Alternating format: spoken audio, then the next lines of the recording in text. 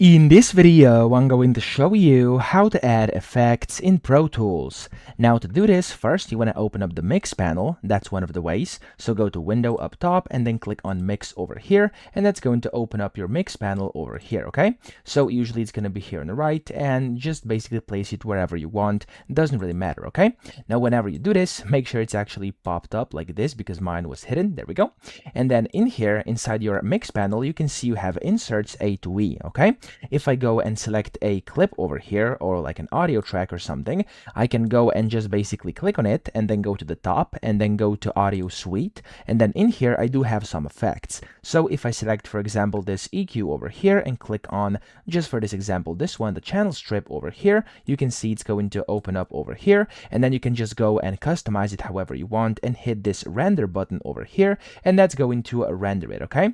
Now everything over here on the right, as you can see, can be basically managed, okay? So here you'll be able to see all the inserts and stuff like that which you are putting in here. That's why I actually told you to do that in the first place. So that's going to be the first way to actually add it, okay, to add effects. But the second one, which I do think is a bit better, now there's multiple, but I'm going to show you the second one as well right now, which is kind of the easiest and the most convenient if you ask me, and it is to go to the View tab top left, edit window views here, and then you want to go to inserts A to E.